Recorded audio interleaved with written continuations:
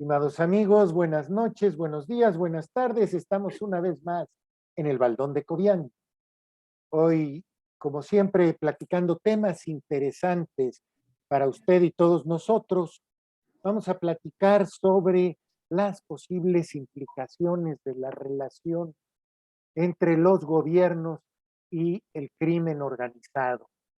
Porque usted ya sabe que tenemos dos tipos de criminales en este país, los criminales que están en el gobierno y los criminales que están fuera del gobierno.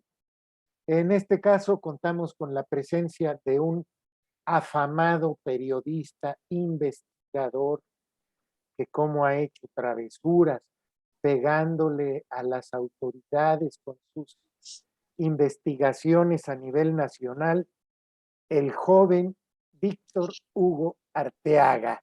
Bienvenido, Víctor, qué gusto que estés con nosotros. Igualmente, José Miguel, saludos a todos y cada uno de los que estén conectados, a todo tu panel también. Pues aquí estamos, agradecido por la invitación para poder llegar con los hermanos veracruzanos. Y don José Enrique Bustos y Bertó, a quien le encanta el tema en particular y que una vez más nos acompaña, fiel escudero de este programa. Muchas gracias, José Enrique. Gracias José Miguel y qué honor y qué gusto tenerte aquí con nosotros, Víctor Hugo. Un abrazo. Muchísimas gracias, José Enrique. Un abrazo veracruzano. A ver, platiquemos un poquito. Sabemos por lo menos que desde 1980, si no es que antes, los gobiernos de alguna manera, los gobiernos federales y algunos estatales, de alguna manera tenían relación con el crimen organizado. Sabemos que incluso en Veracruz se establecieron los primeros campamentos de entrenamiento para poder traficar droga y favorecer a los contras en Nicaragua. Estos centros de entrenamiento los estableció la CIA en el estado de Veracruz. Esto no es algo novedoso. La primera camada de grandes narcotraficantes en el país tuvo relaciones muy fuertes con el gobierno federal.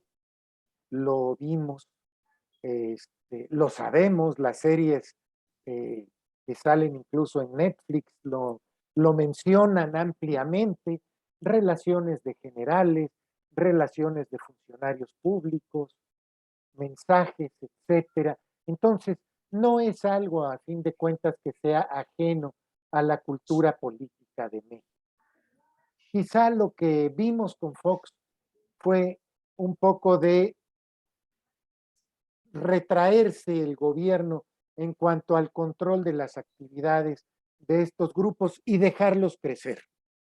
De eso se quejaba Felipe Calderón, quien inicia una guerra contra el narco que más bien pareció una guerra por justificar, por legitimar su presidencia, una guerra a la que fue sin planeación, sin apoyo logístico y que a todas luces perdió el presidente Calderón.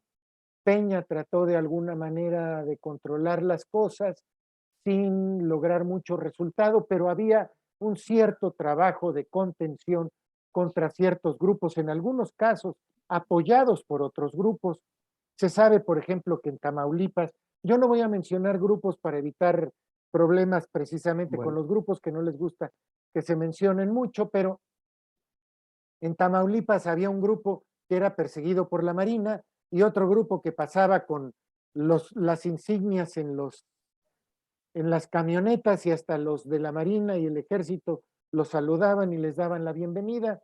En Veracruz se apoyó a ese grupo para contener al otro que ya estaba muy desatado a fin de cuentas. Es algo común a la cultura mexicana, no estamos hablando de algo que desconozcamos. Es algo de lo que mucha gente teme hablar, pero nada más. Y hoy tenemos el primer problema o el primer tema. ¿Cuáles pueden ser las consecuencias para el futuro del presidente López Obrador derivados de su aparente cercanía con el cártel de Sinaloa? ¿Y a qué me refiero con esto? Vimos la política de abrazos no balazos, vimos la liberación de Ovidio, vimos el afecto, el cariño que hay entre la mamá del Chapo Guzmán y el presidente de la República. Entonces, todo esto debe de tener consecuencias a futuro para el presidente, si es que su aparente cercanía es cierta o no. Pero yo quisiera preguntarte antes algo, Víctor Hugo. ¿Tú crees que el cártel de Sinaloa operó para las victorias de Morena en las elecciones intermedias en todo el Pacífico mexicano? Sí, José Miguel. Yo cubrí el año pasado, bueno, en 2018, esas elecciones, y digo, en 2021, y estuve, como tú lo sabes, esa fue mi base, todos los estados del noroeste, e hice base en Sinaloa. Y también como consultor de un candidato De un a gobernador, candidato. me mano, de un candidato a gobernador, sí. Ajá. Pude compartir de primera mano todas las cosas que sucedieron y todas las cosas que estaban pasando. De entrada te digo, todos los candidatos a gobernador en Sinaloa, pues tuvieron que pasar y tuvieron que tocar base con el patrón de los patrones. Y dicho por uno de ellos en abierto, ¿no? O sea, si no iban, nos llevaban. Así de sencillo. Entonces, O sea, el control yo pues político supimos que del señor Mayo Zambada es completo en sí, aquella zona. sí, es correcto, pero mira, el Mayo ha sido un hombre pues, muy inteligente durante 45 años que tiene metido en este negocio y ha mantenido pues digamos, un liderazgo moral, ¿no? Para platicar con todos los capos, con todos los jefes, con todas las cabezas que han ido cambiando a lo largo de diferentes generaciones. Y las autoridades mexicanas es bien sabido que él es el punto de equilibrio, es el fiel en la balanza de todos los grupos delincuenciales. El cártel de Sinaloa como tal, y lo tengo que decir así, porque así son las informaciones que se tienen, pues es el grupo productor y transportista más grande que existe en México. Y efectivamente, lo que yo sí te puedo decir es que operaron, no lo dice Víctor Hugo Arteaga, no lo dice la DEA, no lo dice la CIA, no lo dice, lo dicen las estadísticas, lo dicen las denuncias. En los días previos a la elección del año pasado, donde en Sinaloa se eligió gobernador y donde también se renovó el Congreso local y llegaron también las diputaciones federales, se guardaron y resguardaron alrededor de 1,500 personas. Eso obra en actas de denuncia y también en datos de la Comisión Estatal de Derechos Humanos del Estado de Sinaloa. 1,500 personas, operadores de los principales partidos políticos que contendían en Sinaloa, pues fueron resguardados durante 48, 72 horas. No les pasó nada, simplemente los invitaron y los guardaron. Todo fluyera y todo saliera como se quería. Sí, efectivamente, está súper documentado que hubo una elección del narco en favor del Estado mexicano en ese momento, porque pues lo que se quiere es afianzar el proyecto de la Cuarta Transformación en el país, y para nadie es un secreto, y mal haríamos en no decir las cosas como son.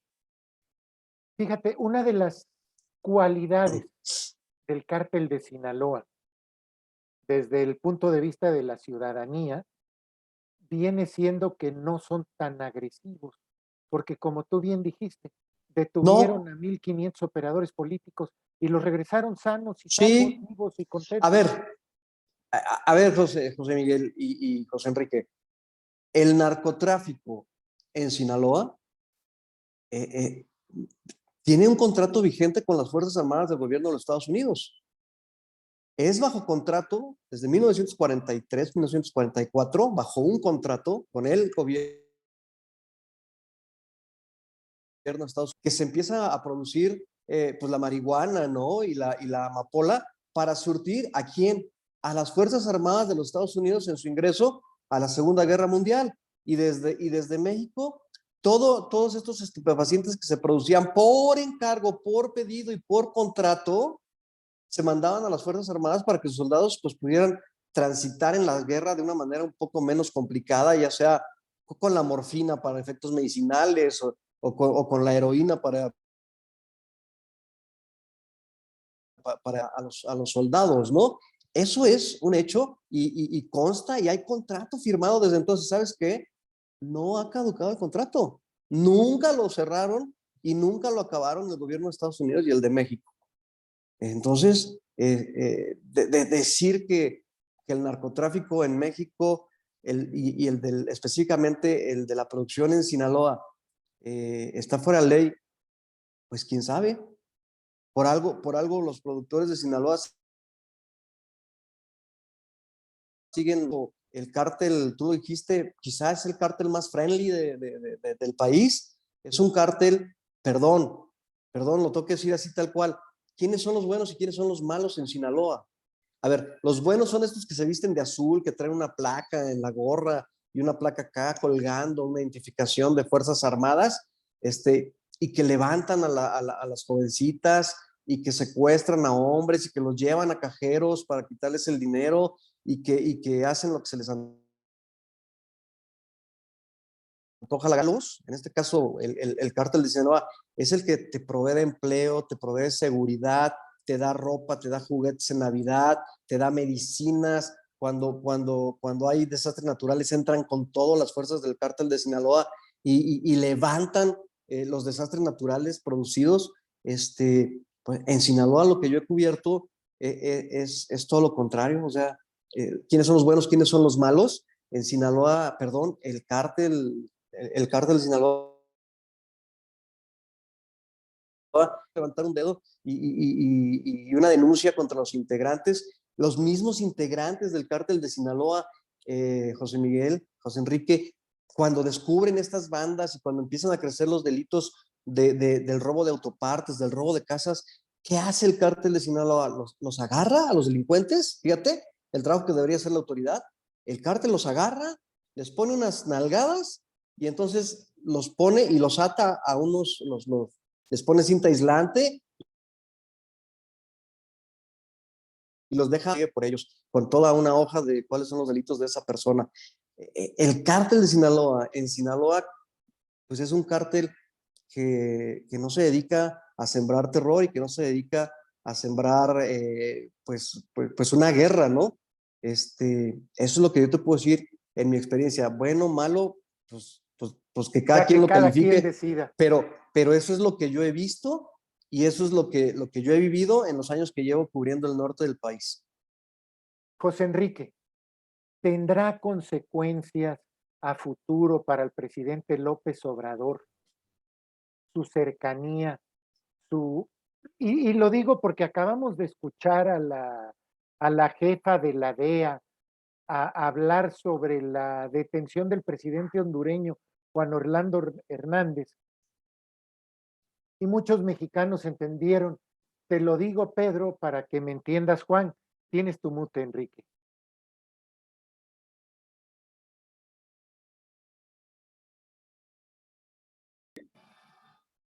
Yo en lo particular, la lectura que le doy a todo esto que está pasando en torno al narco, en torno al presidente que se ha ufanado de la cercanía con la familia del Chapo y con otros narcos también, yo creo que al final de cuentas sí le va a traer consecuencias o sí le puede traer consecuencias, ¿no?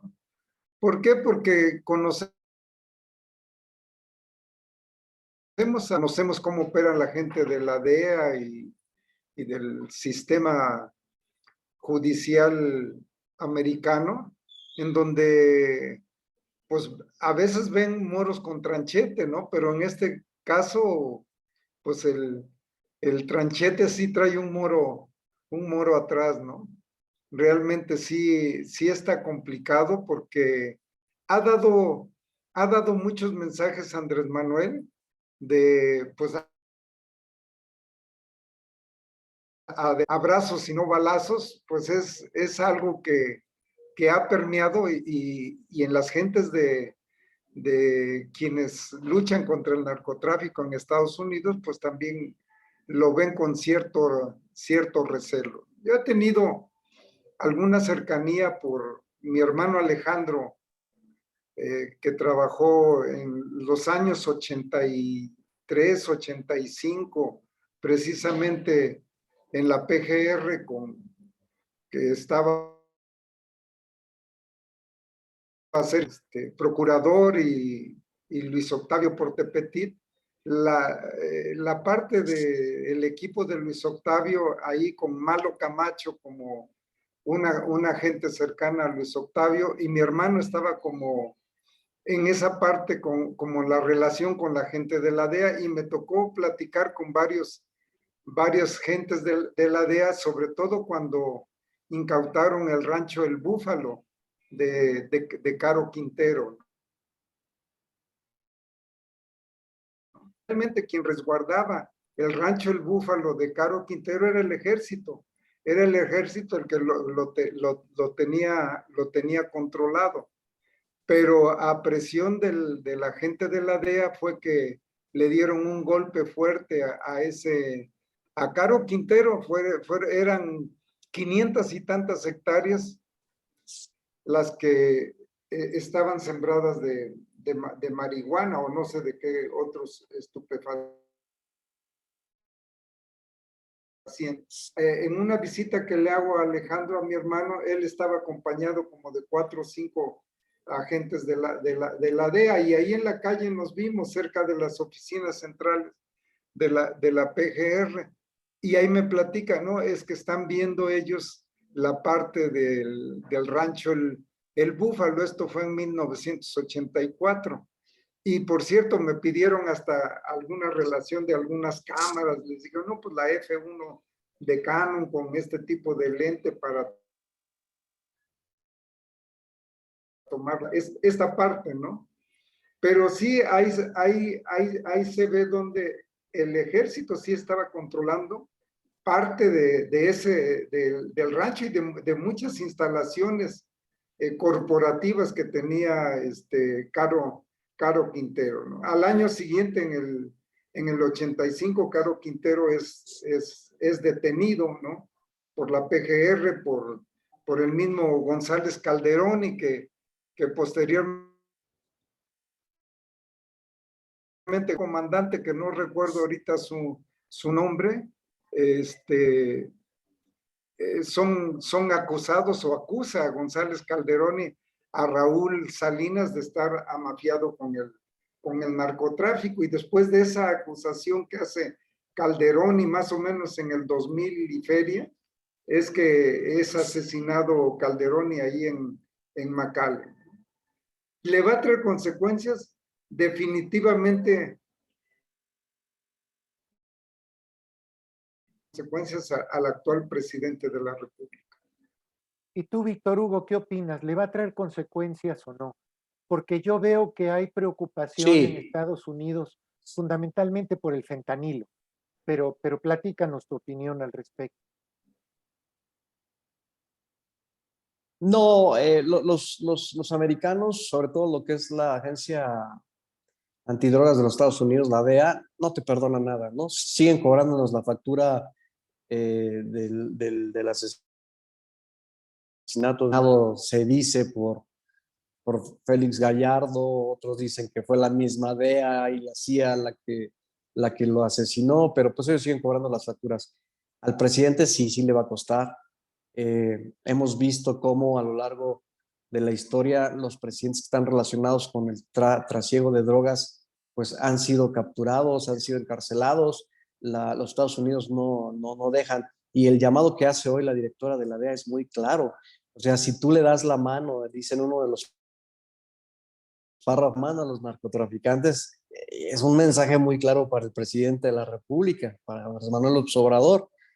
No nos basamos en supuestos. Andrés Manuel López Obrador es amigo de los narcotraficantes. le ha dado la mano a la mamá del Chapo Guzmán, le ha dado la mano a los hermanos del Chapo Guzmán. Los abogados del Chapo Guzmán le agradecen públicamente cuando libera en Culiacán a Ovidio, ¿no? Desplegados en periódicos, incluso uno de circulación nacional o dos, donde los abogados del Chapo Guzmán le dan las gracias por haber soltado Ovidio. Y también lo hacen públicamente por videos. Ahí están los videos de YouTube. No son suposiciones, son hechos. Esos son los abogados acreditados en los juicios en Newark por el Chapo Guzmán para que lo defiendan. Y son los mismos abogados que en México hablan y graban videos y le dan las gracias al presidente por haber dejado libre al hijo del Chapo para evitar una carnicería.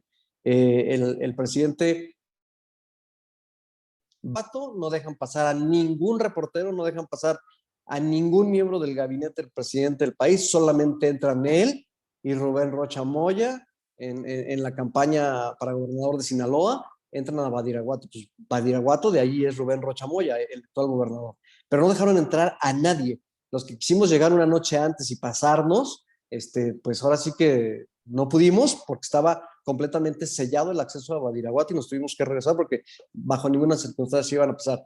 ¿Y quiénes estuvieron en esa reunión? Se dice que también vino gente de Ciudad Juárez, dice que también hubo gente de Tijuana en esa reunión. No lo sabemos ciencia cierta, pero el presidente ha mantenido una comunicación abierta con grupos de la delincuencia y ha evitado perseguirlos, ha dejado que, digamos, que ellos se hagan bolas y que entre ellos se rindan Resuelvan sus cuentas, conflictos. pero el presidente, sí, pero el presidente de México, el gobierno mexicano, no ha hecho, es algo pues, que no está siendo tan del agrado de los Estados Unidos.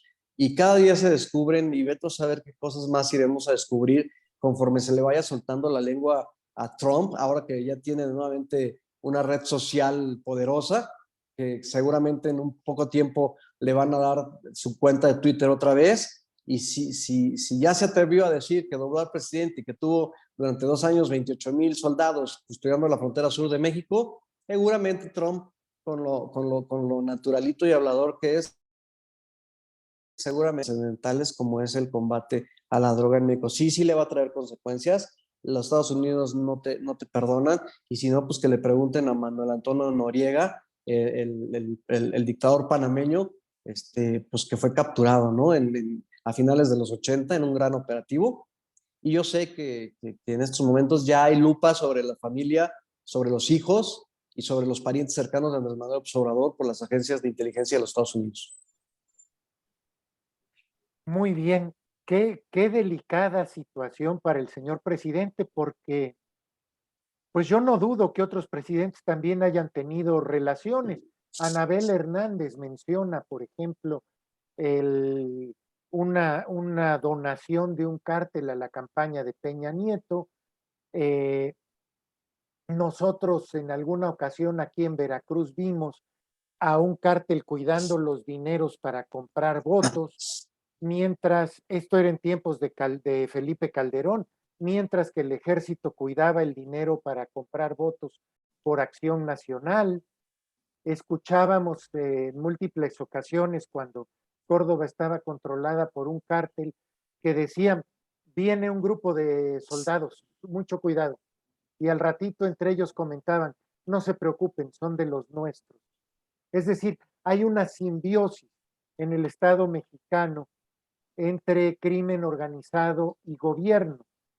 Lo que nos preocupa a muchos ciudadanos es el aspecto de que no afecten a la ciudadanía, y eso a veces no siempre se puede lograr en un momento dado. Es exageradamente delicada la situación cuando uno ve la cantidad de muertos que hay en el país, que ya superan los 120,000 oficialmente. Luego, por lo menos los veracruzanos sabemos perfectamente que la información que presenta el gobierno de Veracruz, de Morena, es falsa. Siempre presentan un número inferior de asesinados al real, con la intención de proteger al presidente de la República y ayudarlo a reducir las estadísticas. Estadísticas que conforme se siguen avanzando los días, estamos estimando en alrededor de un 25% más de lo que se reporta oficialmente hasta este momento. Una vez que se integre más la información, puede llegar a ser el doble incluso. Y esto ya es extremadamente delicado porque es literalmente un baño de sangre en el país. Ahora, pensemos un poquito como si fuéramos jefes de cártel. ¿Hasta qué punto le conviene a los cárteles? Y empiezo con Enrique, que tiene toda la facha de un capo di tutti capi. ¿Hasta qué punto le conviene a los cárteles seguir traficando el fentanilo que tanta preocupación genera a los americanos? Antes los mismos gringos se hacían tarugos. Y bueno, ya Víctor Hugo nos ha platicado incluso de los contratos y convenios que hay con algunos grupos, pero el punto medular es, ¿le conviene a los cárteles seguir haciendo enojar al tigre traficando el fentanilo? Bueno, yo creo lo han demostrado, los cárteles no necesariamente están solo interrelacionados aquí con el gobierno o los gobiernos en sus tres niveles de México, sino también están relacionados con el gobierno de efectivamente, no se puede meter tanta droga a Estados Unidos sin que haya corrupción y permee la corrupción igual en los Estados Unidos, ¿no? Entonces, los narcos, todo lo que sea negocio le van a entrar, y no solamente al fentanilo, ya lo vivimos aquí en Veracruz, en varios estados, le entran al cobro de piso, a todo, al robo de transporte, están de tipo delictuoso y no delictuoso, ellos están metidos. Hasta se meten con los empresarios que no tienen nada que ver con esas actividades malas. También se meten estos cárteles que están mejor organizados, han demostrado estar mejor organizados que el propio gobierno, y que al propio gobierno han rebasado en muchas áreas geográficas del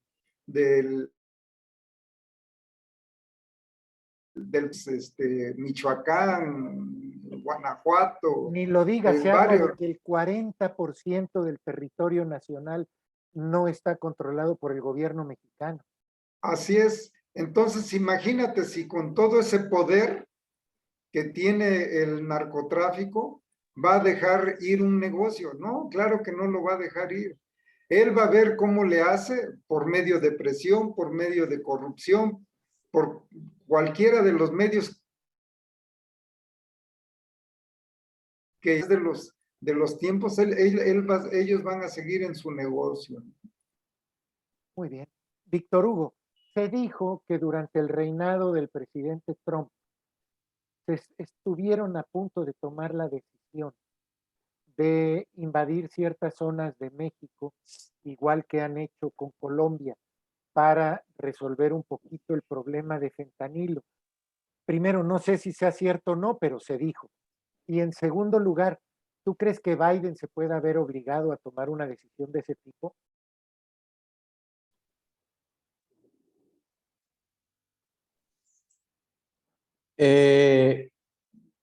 La primera información, hay tantas leyendas, hay tantas leyendas urbanas acerca de las intervenciones. Yo lo que sí te puedo decir es que los únicos que consiguieron darle categoría de grupos terroristas, que es por la única razón que realmente las Fuerzas Armadas de Estados Unidos podrían ingresar a un país extranjero que en busca familia Levarón, con lo que les pasó de la matanza de su familia. Ellos en las cortes de Estados Unidos, específicamente en Salt Lake City, lograron que un juez declarara al cártel de la Línea y al cártel de los Salazares allá en Sonora y Chihuahua como grupos terroristas por lo que le hicieron a sus familias en el atentado del 4 de noviembre de 2019. Ahora, con esa categorización que le puso una corte, por cierto, que fue la misma corte y a Obama Bin Laden y a todos, todo el grupo que se encargó de los atentados del 2001, fue la misma corte la que declaró a estos grupos mexicanos grupos terroristas.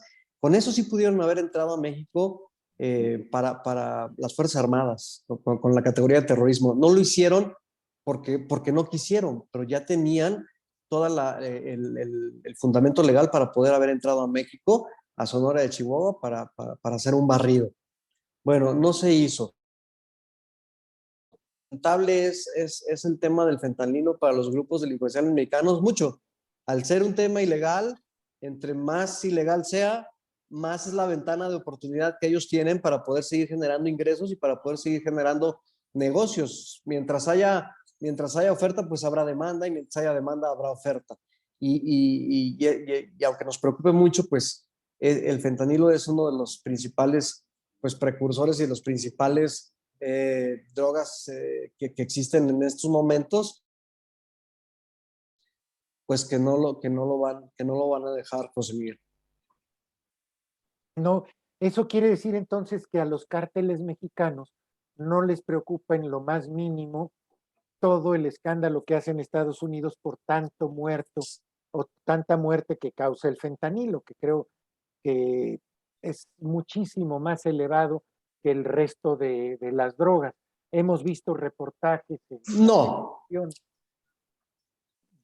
no, la agencia antidroga de los Estados Unidos al año ocurren por medio de 100,000 muertes de personas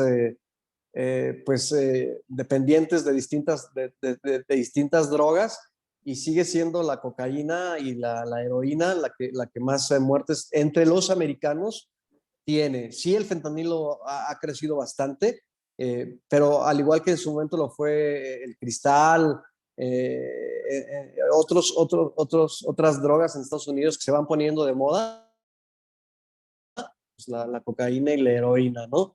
En ese sentido. ¿Qué está pasando ahora? Bueno, pues que tienen que jalar nuevas herramientas para poder seguir haciendo su combate y etiquetar. Pero ¿qué pasa? Que vamos al paso siguiente. Aunque los americanos quieran combatir, pues hoy ya no pueden, porque el presidente mexicano, que te digo que es amigo de los grupos delincuenciales y de los narcos, el presidente pues ya desmanteló la principal unidad antinarcóticos que tenía el país, que además con 16 países, incluidos Estados Unidos, y 15 de América Latina. ¿Qué hacían estas unidades? Bueno, pues se dedicaban a hacer inteligencia en torno a todo lo que es los narcóticos, y entre los 16 países, desde el cono sur, iban subiendo la información y llegaba a México, y México era el depositario, y México tenía la función de dar y recabar todos los informes para dárselos a los Estados Unidos. ¿Qué pasa? Bueno, pues que en abril del año pasado, el presidente de México, en pleno proceso electoral, en 25 años con Estados Unidos y con este grupo selecto de una división antinarcóticos, ¿y qué hace? Pues les dice en abril de la pasada: señores, ya no queremos seguir esta cooperación, este contacto, casualmente a 2 meses de la elección. O sea, le quita a México y a Estados Unidos las uñas y los dientes que tenía para agarrar a estos grupos delincuenciales que durante abril, mayo y junio pues no tuvieron quien los persiguiera ni quien les hiciera inteligencia, actuar libremente en este proceso electoral del 2021 que te platico. Enrique, ¿qué opinas de este punto? Sí, si me permites, mira, Víctor Hugo acaba de dar una arista más de esas luces que da Andrés Manuel respecto del por qué ese amaciato con el narcotráfico, con los narcos, ¿no? Que es esta parte de cerrar. Se había alimentado capacitando a todos los integrantes del ejército, marina, que participaban en esa oficina. Y yo nada más quiero hacer una acotación al margen de lo que habías comentado respecto de si le va a Andrés Manuel, en un futuro le puede causar algún daño a su persona hasta que lo metan a la cárcel, ¿no? Hay que recordar que las potencias, las grandes potencias del mundo siempre han empleado a la libertad, la democracia, para invadir otros países, o la violación a los derechos humanos para invadir a otros países. ¿Sí? Eso lo ha hecho Rusia, lo ha hecho Estados Unidos, lo ha hecho China, con los países que tiene bajo su con Estados Unidos ya empleó, y lo mencionó Víctor Hugo, lo empleó con el dictador panameño, otra palabra que es el narcotráfico, también para entrar a un país, invadirlo y sacar por la fuerza a alguien acusado de narcotraficante. Y la otra palabra es terrorismo, o sea, ya tiene cinco palabras: libertad, democracia, lo que es narcotráfico, derechos humanos, ¿no? Y le va a ir agregando de acuerdo a la conveniencia de estas potencias, ¿no? Y entre esas, a la conveniencia, en este caso, de los Estados Unidos. No dudes que por una sola palabra, Estados Unidos ha invadido países completos, ¿no? Entonces, ¿qué le puede esperar a un presidente? Bueno, lo que pasa es que yo veo la paciencia que tiene Estados Unidos, por ejemplo, con Venezuela, los acuerdos que tiene Venezuela con grupos de delincuencia organizada fuertísimos. Es un narcoestado literalmente Venezuela. Nicaragua con Daniel Ortega viene siendo la misma historia. Parte de la economía cubana se financia con estos dineros negros de alguna manera. Y entonces digo, bueno, pues son muy pacientes los americanos, o les conviene en cosas que no sabemos, que no vemos el resto de los mortales. Entonces pensamos en un momento dado que, qué raro, ¿no? ¿Por qué será? ¿Será que Venezuela de veras tiene muchas armas rusas para defenderse de aviones americanos? Tiene muchos sistemas antiaéreos y tiene aviones rusos, no sé qué, y bla, bla, bla. Pues sabemos que Estados Unidos a cualquier país de América lo aplasta nada más con hacer, no necesita más, con el poderío militar que tiene. Entonces, llama la atención, y por eso era mi pregunta, si ha sido muy paciente con los demás y el presidente de México se dobla ante lo que Estados Unidos solicita. Ya lo vimos con la reforma eléctrica. El presidente de la República decidió no moverle nada, no presionó al PRI para que votaran a favor de Morena. Y entonces, mientras públicamente todo el mundo decía, ganó la oposición, qué maravilla, bla, bla, bla, en el fondo se hizo lo que Estados Unidos quería y lo que el presidente quería para no enemistarse con Estados Unidos. En cuanto a democracia, la reforma electoral que está queriendo pasar tampoco va a pasar, lo estamos viendo. Ni él ya dijo que ni un ápice. Y este señor Federico Arreola ahora sale a justificarlo diciendo es que va a quedar para la historia que el presidente lo intentó y la cochina oposición no se lo permitió. Maromotas para justificar este tipo de asuntos de alguna manera. Entonces, pues a lo mejor está tan doblado que no haya ni necesidad. Pero bueno, ¿qué les parece a ustedes? Ya casi para terminar, estamos celebrando con bombo y platillo 12.521 millones de dólares, el récord trimestral de remesas.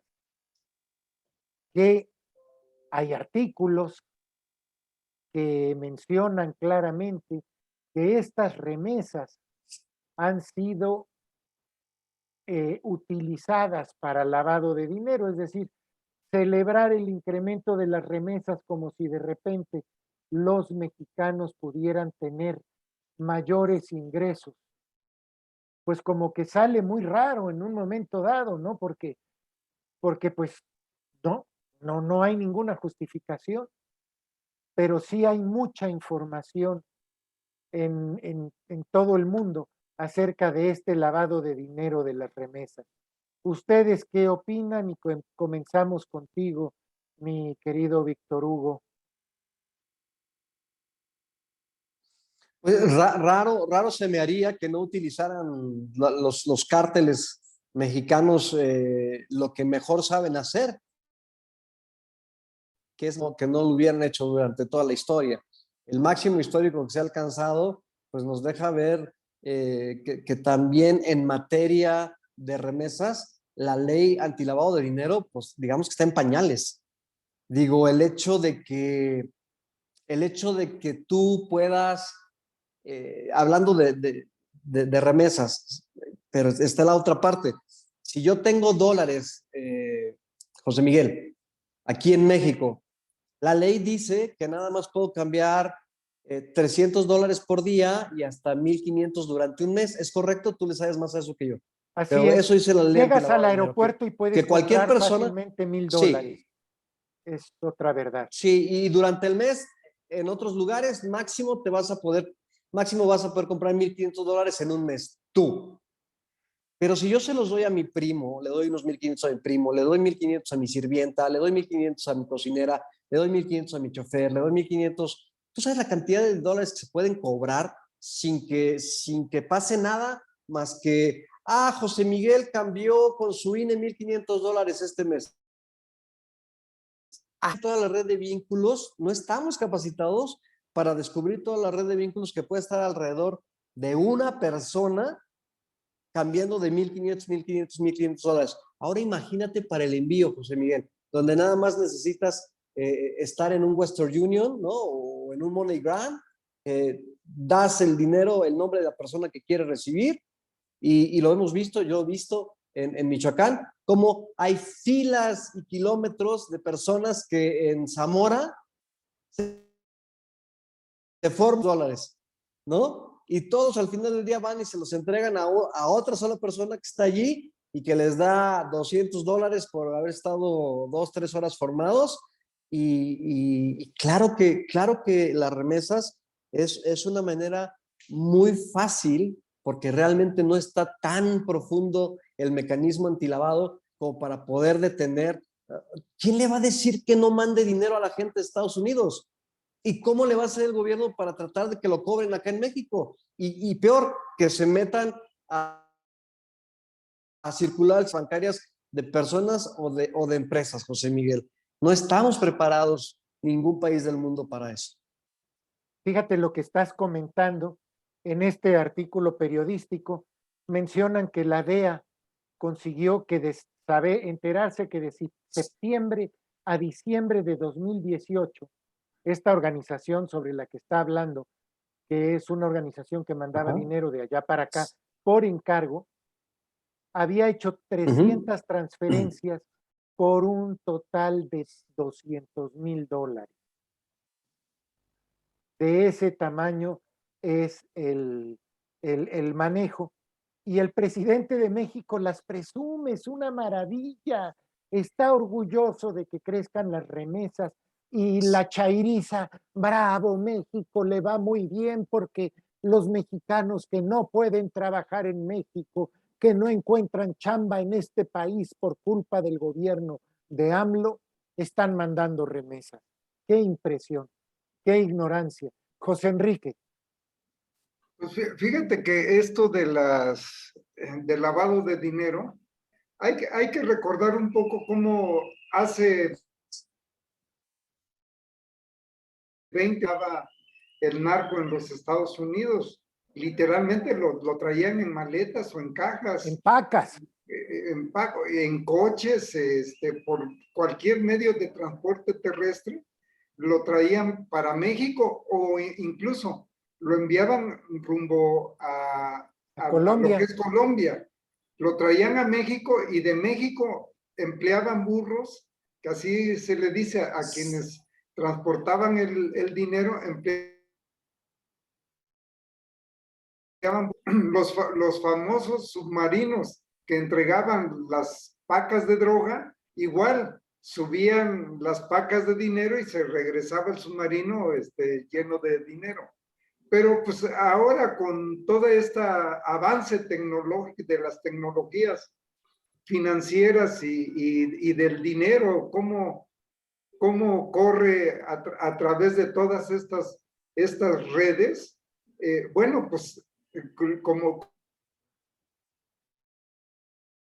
como dice el narco, no utilizar estas redes de cambio de dinero para utilizar el lavado ellos, ¿no? Ya en Estados Unidos hay 3, 4, 5 detenciones muy documentadas en donde han visto 600 millones de dólares, 200 millones de dólares, $200,000, pero la realidad es que no se duda de que la operación hormiga de lavado de dinero, mucho de los recursos que entran a México, pues son productos del narco, no son muchos productos del trabajo honesto de los mexicanos del otro lado de la frontera, sino más bien yo creo que si me dijeras, calcúlale qué porcentaje de las remesas son producto del narcotráfico, yo digo que fácil, un 50%. Fíjate nada más qué importante es esto desde el punto de vista macroeconómico para el país. Mucha de la propaganda gubernamental en Regeneración, Epigmenio, el vocero de la presidencia, etcétera, es presumir la estabilidad relativa del peso mexicano. Pero se nos olvida algo muy importante. El peso mexicano es una moneda que flota. Si entran más dólares de los que salen, baja de precio el dólar. Si entran menos dólares, sube de precio el dólar. Si se mantiene estable, quiere decir que entran tantos dólares como los que salen, porque es un juego de oferta y demanda. Entonces resulta que una actividad ilegal como el narcotráfico ayuda a mantener estable la moneda mexicana respecto al dólar y al resto de las monedas del mundo. Pero no solo eso, ayuda a la economía nacional porque trae riqueza a México. Y yo sé que no se pueden gastar los miles de millones de dólares, pero sí se gastan una buena parte en Buena Vida, en el Buchanan's Azul, etcétera, en servicios, en fin. ¿Qué opinas, Víctor? Fíjate cuándo te lo estoy diciendo, y qué día y qué año. Pero en los próximos meses, y en los próximos 3 años, tú vas a... Y en este proceso de pacificación, vamos a entender que los narcotraficantes como el Mayo Zambada, como los Guzmán Loera, todos los Guzmán, etcétera, etcétera, etcétera, vamos a vivir un proceso muy interesante, José Miguel, donde ellos se van a entregar a la autoridad, entregar entre comillas, y van a estar sentenciados entre comillas a vivir en sus manos. Y van a entregar parte de sus fortunas y en esos 5 o 7 años que estén ellos sentenciados, les van a preparar una plataforma llamada proceso de pacificación, donde vamos a ver cómo solamente ciertos grupos de este tipo de productores, José Miguel, van a hacerse unos delitos para que todos estos grupos entren en el proceso de pacificación y puedan rendirse a la autoridad y puedan libertad en sus casas, presos, pero en sus casas, como algo que te recuerda a Colombia en la década de los 80s, 90s. Van a vivir presos en sus casas, van a entregar mucho dinero, sus fortunas, no todas, y entonces el gobierno se va a comprometer en este sistema que estamos viviendo ahora, el gobierno se va a comprometer a poner una plataforma para que todos estos delincuentes, grupos delincuenciales, pasen a ser empresarios de ya un negocio perfectamente legalizado, clandestinos, a ser empresarios de estas drogas lúdicas, etcétera, etcétera, para hacerlo de una manera pacífica. ¿Por quiénes van a ir? ¿Por los que cobran el derecho de piso? ¿Por los que secuestran? ¿Por los que matan? ¿Por los que roban? A esos grupos que hacen todo esto, esos no van a tener cabida en este proceso de pacificación. Se está trabajando muy duro y hay una persona específicamente asignada por el gobierno de México que ya ha ido a platicar con todos y cada uno de los capos en este sentido, José. O sea, hacemos lo que quieran, nosotros no matamos gente, nosotros no cobramos piso, nosotros no esto. Ok, ¿qué quieren? Van a vivir en libertad lo que les resta de vida, pero van a vivir en libertad sus hijos y sus nietos y sus bisnietos. Y van a tener empresas sólidas que ustedes han fundamentado, pero tienen que reparar el daño. ¿Te parece lógico, José Miguel? Pues mira, si vimos la serie del Padrino y si hemos visto la evolución de los grupos delincuenciales, independientemente de todos los que son inteligentes son los únicos que sobreviven. Los tontos no sobreviven en principio. El Mencho es una persona inteligente también, muy brillante, un gran estratega. Entonces, ellos piensan en sus familias y piensan en su futuro. Y dicen, bueno, nosotros ya hicimos fortuna arriesgando la vida, pero nos interesa que nuestros hijos, nuestros nietos, ya vivan otro tipo de vida, más tranquila. Entonces, es una oferta muy adecuada que además surge para este país porque no hay potencia de fuego para enfrentarlo. No hay capacidad, Ninguna. ni en los militares, ni en los marinos. Los marinos porque son muy pocos, aunque son muy disciplinados, y los militares porque ya están hasta el tuétano corrompidos. Entonces, la única solución que hay es eso que estás planteando. Ojalá y tus palabras sean proféticas por el bien de México. Porque sí, lo que queremos es volver a transitar tranquilos por las carreteras, poder viajar por México por todos lados, caminar a las 4 de la mañana en las ciudades, con el único riesgo y peligro de que te asalten los policías. Porque bueno, eso va a ser un poquito más difícil de resolver. Yo siempre he dicho que voy caminando por una esquina, por una cuadra oscura y veo de un lado un grupo de malandros y veo de otro lado un grupo de policías. Me siento más tranquilo caminando por el grupo de malandros, porque tienen un poquito más de ética e integridad que muchos de los malos policías de México, porque también hay muy buenos policías. Se llama proceso de pacificación y ya está en marcha. Y va más avanzado de lo que podemos imaginar. Pues le van a aplaudir a Andrés Manuel lo que no tienes idea si hace eso. Enrique, ¿qué piensas? Te veo muy sonriente. Pues digo, sí, se han ya filtrado mucho de esto, creo que hasta el nombre de un alto mando o del primer círculo del presidente es el encargado de este proceso de pacificación. Pero la historia es la historia y no hay que olvidar dejar un negocio de miles de millones de dólares. Alguien lo va a agarrar. Digo, a lo mejor estos capos vendan muy bien, repongan, sí, franquicia. pero de que otro lo va a agarrar, otro lo va a agarrar.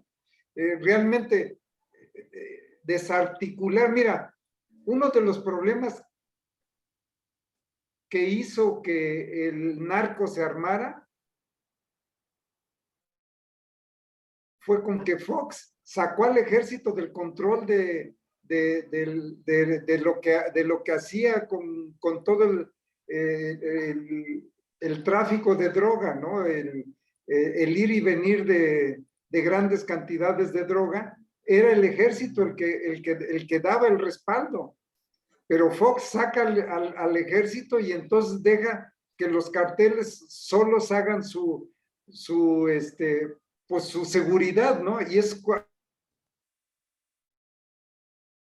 cuando está ahí en Tamaulipas con los Zetas, que es el primer brazo armado de un grupo de narcotraficantes, ¿no? Entonces, yo sí creo que se vaya a hacer, sí creo que van a aplaudir mucho a Andrés Manuel, pero no creo en los efectos.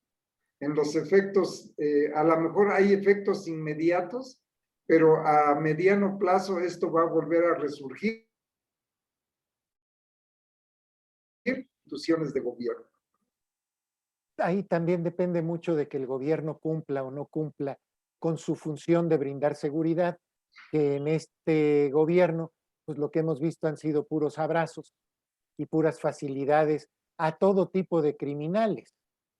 Yo hace muchos años escribí un artículo, tiene como 15 años, dirigido precisamente a los narcotraficantes y les decía, mientras no se metan con la sociedad mexicana, la verdad es que nadie los va a ver mal. El problema va a ser cuando empiecen a vender en México y al poco tiempo empezaron a pagarles con droga, no con dinero. Y ahí fue cuando se empezó a complicar mucho la cosa en el país, pero es un tema muy sabroso, es un tema muy interesante, pero nosotros normalmente cumplimos con nuestra meta de la hora. Víctor Hugo, tú eres un periodista reconocido a nivel mundial. Eres un hombre Gracias. que le hablas a Carmen Aristegui de tú, y ya no quiero decir más nombres de periodistas famosos, pero hoy veniste a un humilde programa de pueblo, de aldea, y eso no sabes cuánto No, te lo agradezco. Sí, estamos en una no, aldea. no digas eso. Muchas No, no gracias. digas eso. Dime. Yo creo que tú eres una persona que yo admiro mucho, tú lo sabes, no te lo digo, eres una de las mentes más brillantes que existe en Veracruz y para mí es un honor y un privilegio estar en tu espacio siempre, aprendiéndote y tratando de aportar lo poquito que hemos aprendido en esto. Y ningún espacio es pequeño mientras la gente se entere y la información que demos tú, José Enrique y yo, todos, con una persona que ayude a cambiar el pensamiento y a tratar de que seamos mejores personas, eso vale mucho la pena, no importa en qué espacio. Y para mí son iguales de importantes de un amigo y un maestro como tú. Muchísimas Muy bien, gracias. Víctor Hugo. Víctor Hugo, nos liga una gran amistad, como me liga una gran amistad con el doctor José Enrique, a quien también admiro mucho. Muchas gracias a los dos. No, déjame checar si hay algún comentario. A ver. La sociedad de narco y gobierno inicia desde los años 30 con el opio. Saludo a los Así es. panelistas. Lo primero lo dice nuestra amiga Patricia Guinaco, que ya estuvo en alguna ocasión con nosotros. Lo segundo, Maritza Alonso. Dice Patti también que el día de hoy es abierta y descarada la cooperación entre unos y otros. Sí, Carmen nos comenta que es muy interesante. Jesús Aiza, que también de esto sabe, nos dice, saludos, excelente programa, delicado tema que todos sabemos, la impunidad, cinismo, protección que le da el gobierno a los cárteles, cinismo total, estamos fritos. Otras personas, Dolores Blanco, saludos a los panelistas. Patti nos dice que tendría que ser un pacto mundial para resolver este problema y que sea real y efectivo. Rocío de la Huerta nos felicita. Patti también, que qué gran programa nos han obsequiado. Carmen, el mejor baldón, felicidades. En fin, Nancy Mansur, excelente programa.